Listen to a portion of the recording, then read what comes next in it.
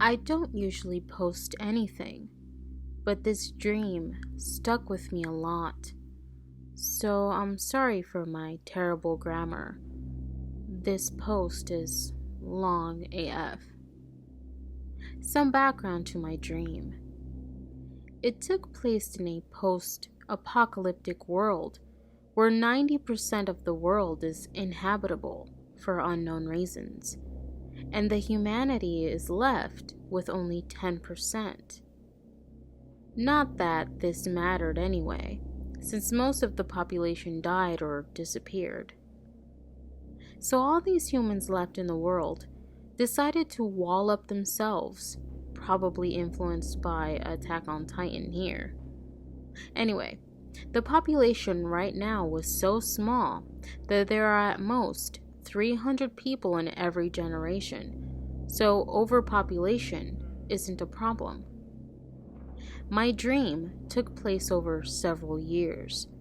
It started when I just got into school, when I found out I have mysterious powers that caused me to be able to do different superhuman things in different parts of the school. I never got to test the power outside of the school. But the thing is, the whole school also knows about my powers and started to ostracize and bully me. I remember reasoning to myself that since it's the post-apocalyptic world, I can't blame them for being scared of me having unusual powers. I also remember telling myself that it's already good enough that they don't want to murder me. So I just ignored everything and endured. For some reason, once you got into the school, you can't come out until you graduate, and the school is like a small country in itself. Anyway, the bullying got worse, like lighting my bed on fire when I'm sleeping, holding me underwater to drown me for a bit, that after a few years, I just wanted some peace and quiet. Some alone time to read the few books left from the apocalypse. But then I made a friend for a brief moment. I forgot the specifics of what we did, but I just remember him being a really good friend. One thing that stuck with me was that we'd hang out near a specific part of the wall that enclosed humanity, where you can climb up halfway before reaching a scaffolding that acts as a ceiling. We talk about how nice it would be if everyone left us alone, and how great it is if we can explore the world.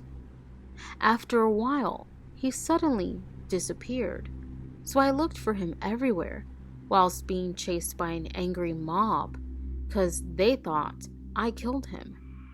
I arrived at the wall as the last place, and climbed up to find him, but he wasn't there, and the angry mob is just below me. For some reason, they didn't climb up with me. I continued to climb further up and found a small hole embedded at the top of the wall, with just enough space to fit one person inside. I climbed into the hole and found all the books left behind in the world. I also found a gift left behind by my friend. It's a book that I told him about wanting to read. I forgot the name of the book, but it's something about being alone. And I had a feeling I knew that he found the place where no one would disturb us. And I also had a feeling about how to get there. At this point, I'm sure most would know what I'm talking about from the title of this post. So I climbed out of the hole with the book, faced the crowd of an angry mob, closed my eyes, and jumped to my death.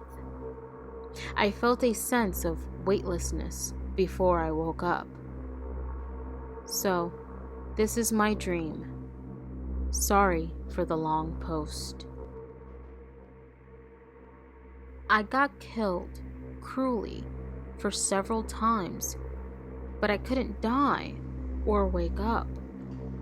And in the dream, I could actually feel the pain. I could see and feel the same scary killer stabbed into my chest for several times to kill me every single time. And once, she and her friends killed me by boiling my feet and ate me. I felt how it was like to have my feet get boiled in a pan. And I had to run and hide from her all the fucking time on the tense points, but every single fucking time she just jumped out and found wherever I was hiding. And she was a high school classmate of mine. I have no idea why I would dream of her killing me. We didn't fight, we didn't have any conflicts, and I haven't heard from her for years, and I almost had never thought of her. But when I woke up, I found her so scary because of the dream. When I woke up in the morning, I cried for 10 minutes, but I had nobody to talk to. It's like it happened to me for real. I couldn't tell if it was real or not, even after waking up. The dream begins with me standing near a supermarket close to my home. A group of people is gathering around and look up to the sky. They are talking about a solar eclipse which is starting soon. I'm getting excited and want to look at the solar eclipse, but I know it's bad for my eyes and I have no glasses. I look around and I see a tour guide woman with a bunch of people I assume are tourists. She is giving away those special glasses to view the solar eclipse for free, so I take one and thank her. The solar eclipse comes. It's beautiful. Before it's even over, I see the woman and the rest of the people starting to move away for their next location of the trip. Apparently, this was for free, so I thought, why not? And join them. Not too far from there was an entrance leading underground. I figured it was a museum or historic place of some sort. I followed them, and we get to see all kind of historic objects and artifacts with explanations. Eventually, we reach a big fat table of some kind, and we all gather around it. Things get weird, and the tour guide is starting a strange ritual with old books and writings. The air becomes heavy, and at some point, I spot an old, demonic-looking woman trying to breach a big window behind where we stood. It turns out the tour guide is a witch, and the people in the group are cult members. They are all radiating with evil. I run away and they start chasing me. I'm losing my way and get in a difficult maze of hallways, stairs, and doors.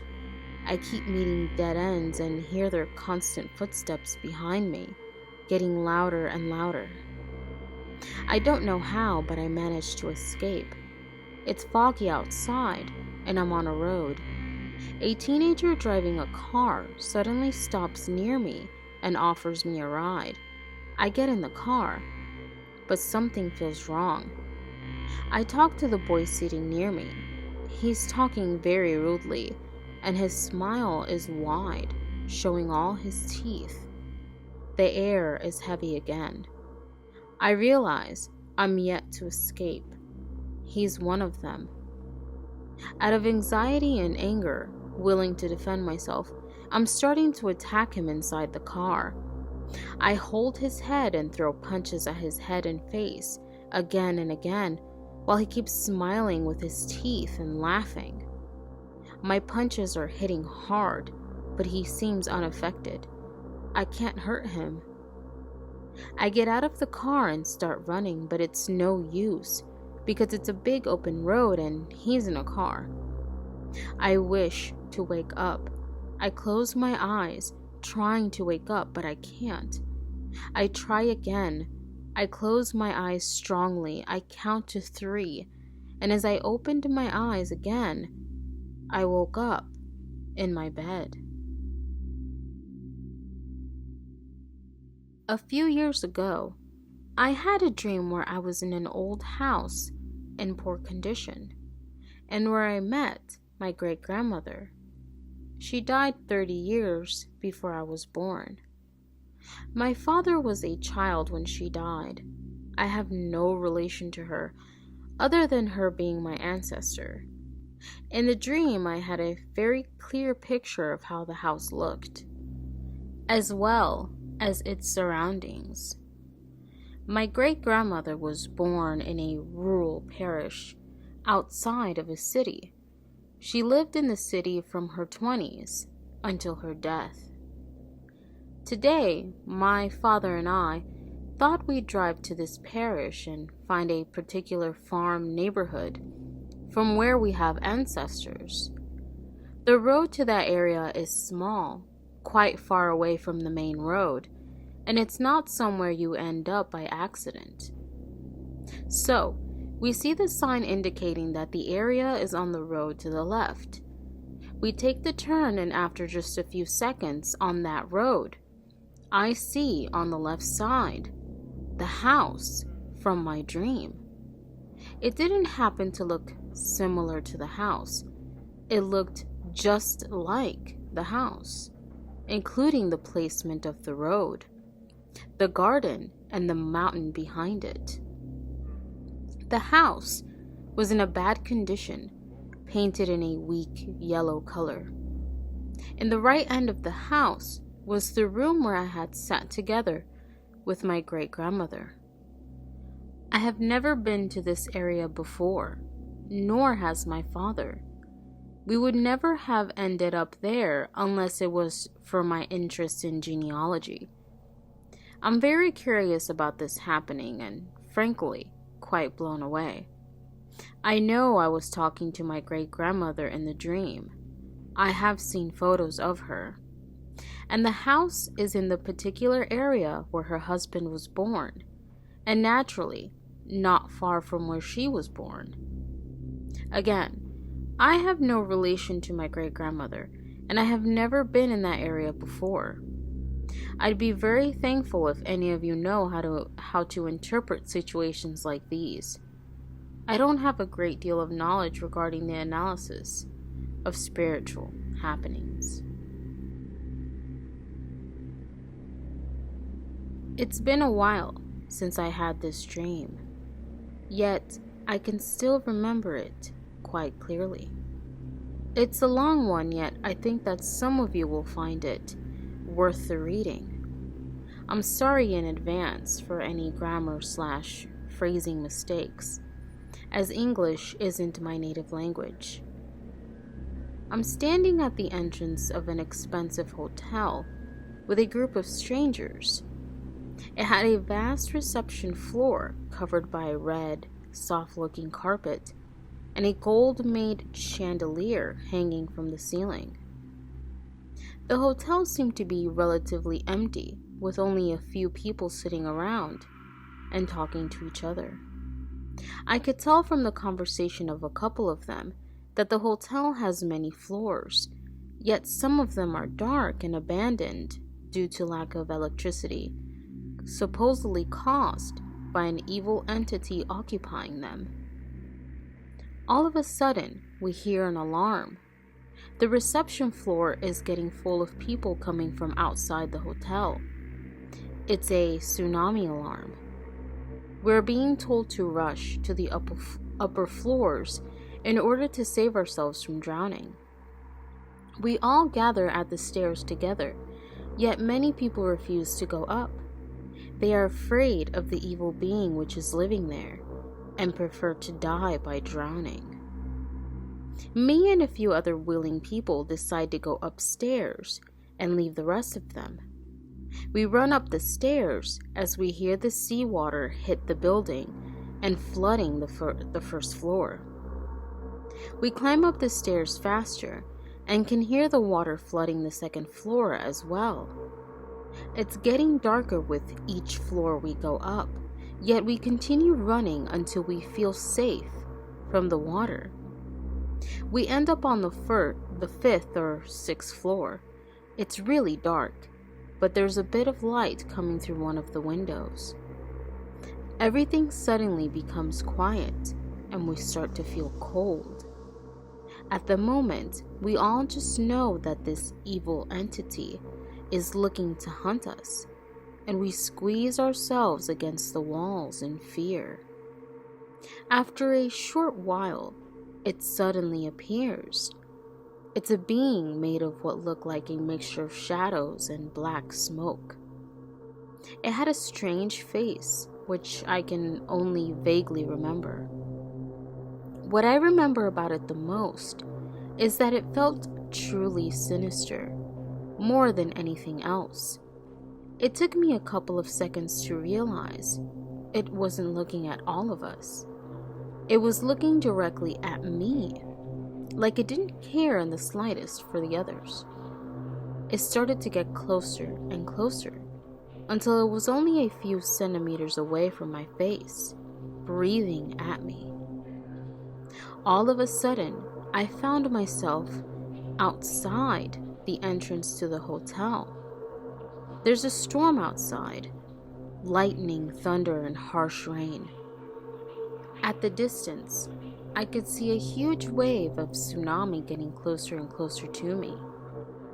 In my hand, I found that I was holding a strange device. It was a hollow cube with a ball inside of it, with a string attached to it from the outside.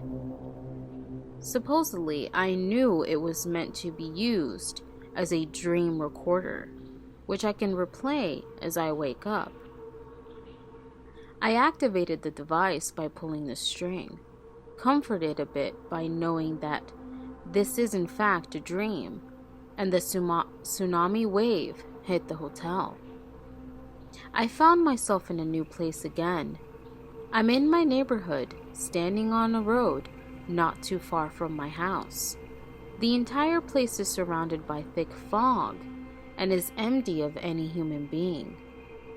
Knowing that the bad experience was probably over, I started to make my way towards my home.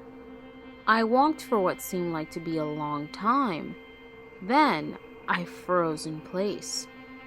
Just ahead of me, I saw that evil being again, looking at me from the distance. I'm taking a few steps back, feeling anxious, and trying to think of a way to escape. Then, it suddenly started to chase me. I ran as fast as I could for what seemed like a long time, seeing it get closer with each time I turned my head back. It just won't get tired. I'm running and running, and I start to get tired, but it won't stop. Out of desperation and a bit of courage, I decided to turn back. Running away didn't seem to help, so I wanted to try my luck with fighting over my life against it. I started to run towards it and hit its face with everything I've got. It didn't react. It didn't seem to hurt him even in the slightest. It looked deep into my eyes, knowing that it won. Then I woke up. I woke up in a strange room with a small album and a disc on the desk by my side. It was the recordings that my dream device captured. Feeling happy that it's finally over, I went outside my room with the album and the disc. I was really excited to replay my dreams and see what I managed to capture. I decided to open the album first, and soon regretted it. My mind was filled with terror as I looked through the pictures of my dreams. The album contained pictures of me in various places in my dream.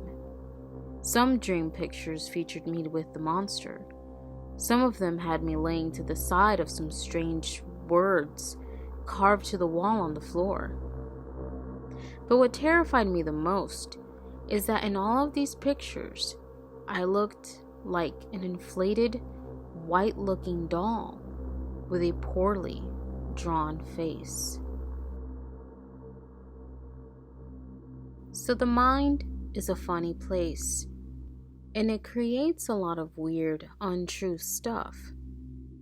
Here are two related true stories/dreams that have stuck with me for more than a decade. Vivid enough that I flip-flop in my head if they were real, even today.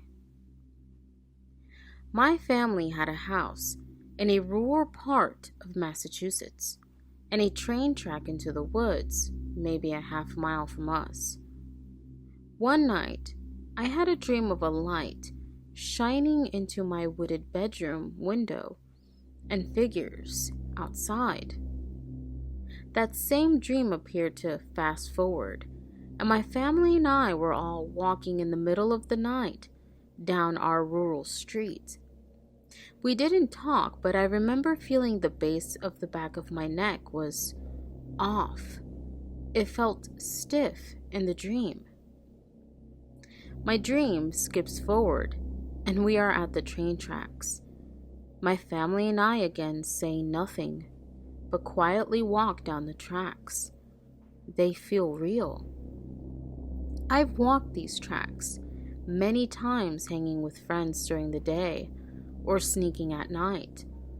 At the time, I knew them well. We enter the woods some way down, thick dark brush in the dead of night. My family is with me. We move quietly. I have an elderly grandmother and a well-abled but still Down syndrome sister. We all traverse hyper-realistic woods, arrive at a clearing.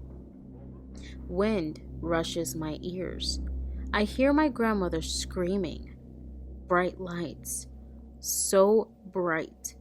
A feeling of wind as I open my eyes, and I am at the field at the bottom of my parents' house. The sound disappears, and I remember feeling like I have wires out of the base of my neck. I rub it, but there is nothing. My family and I walk up the hill, and I wake up.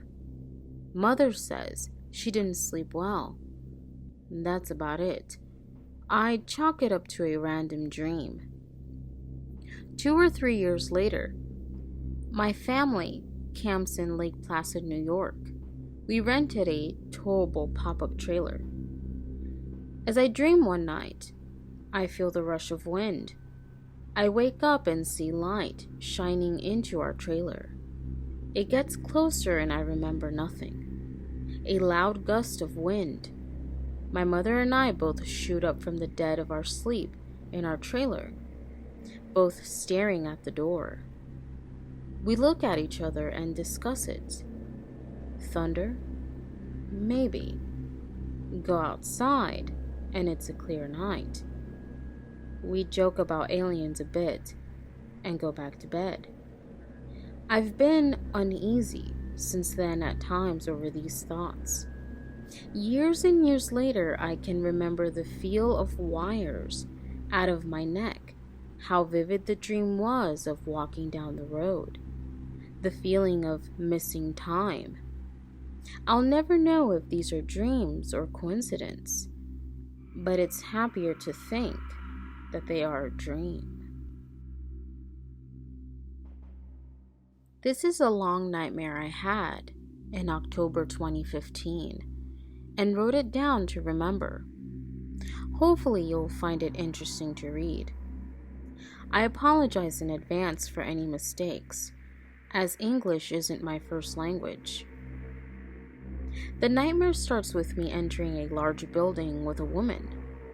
This woman is supposedly my fiancée or girlfriend in the dream, and we are taking the elevator to a certain floor in the building. The elevator doors opened, and we find ourselves in a large floor with a few people talking to each other. There is an important tech conference today, but we arrived early. For some reason, me and the woman decide to take the stairs to another floor. We walk through a long, well-lit corridor with many rooms on the sides. Most of them were classrooms. At some point, we find a completely dark room. We enter the room together and sit down on some chairs we found, facing the darkness. Then something horrible happened. It's a vague memory, but I remember that something appeared from the darkness and entered our minds. We are now possessed by an unknown evil entity. We start to suffer from frightening delusions and the feeling of being watched. We were in danger and we knew it. It was only a matter of time until it hurts us.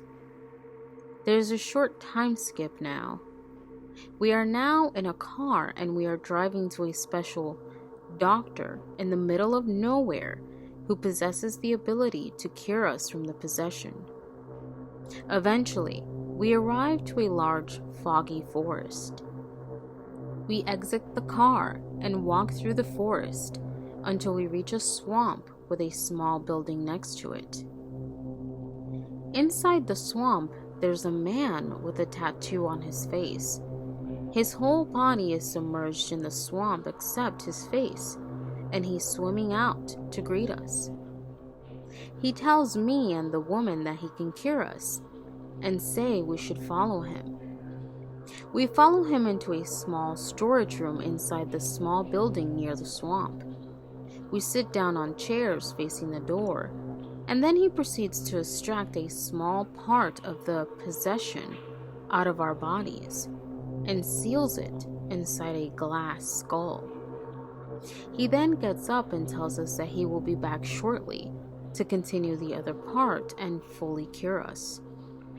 He slams the door shut upon exit and is never coming back again.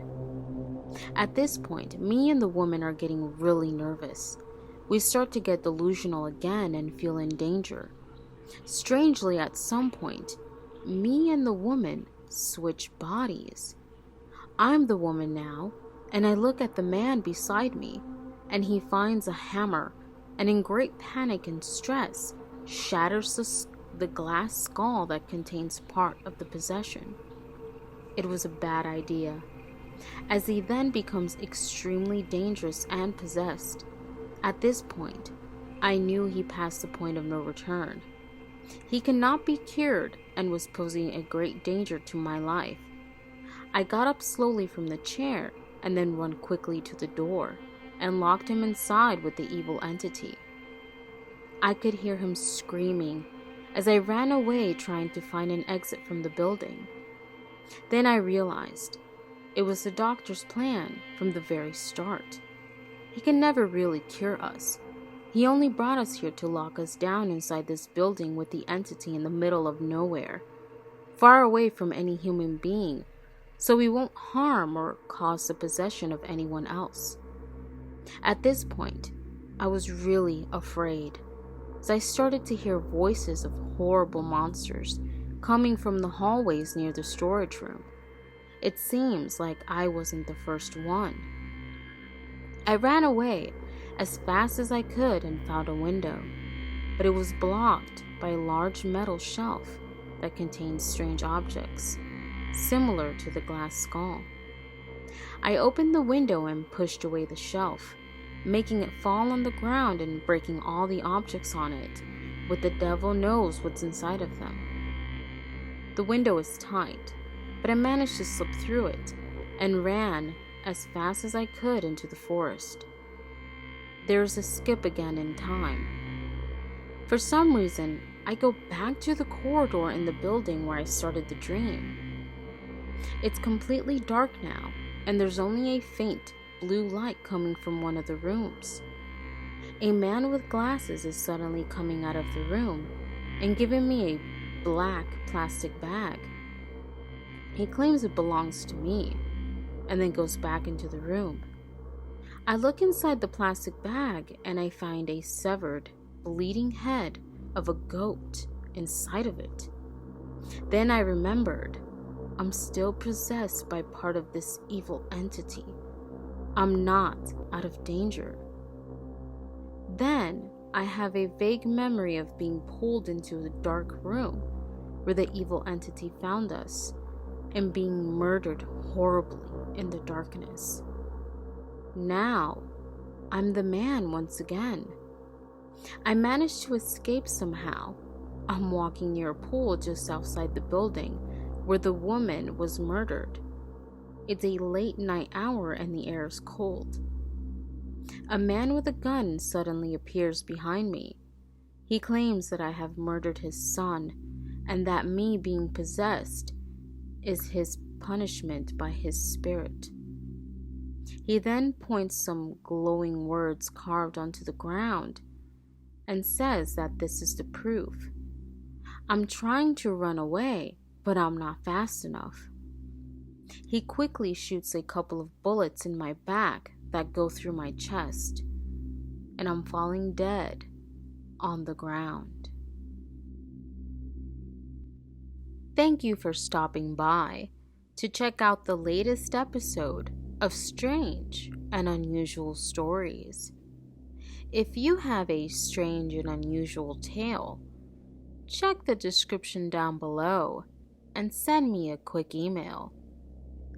Please feel free to share any suggestions or ideas for this new series. Leave me a comment down below. If you would like to keep up with future content, make sure to subscribe and click the notification bell. See you all next time. And as always, I am your host, Marie Lives the Horror.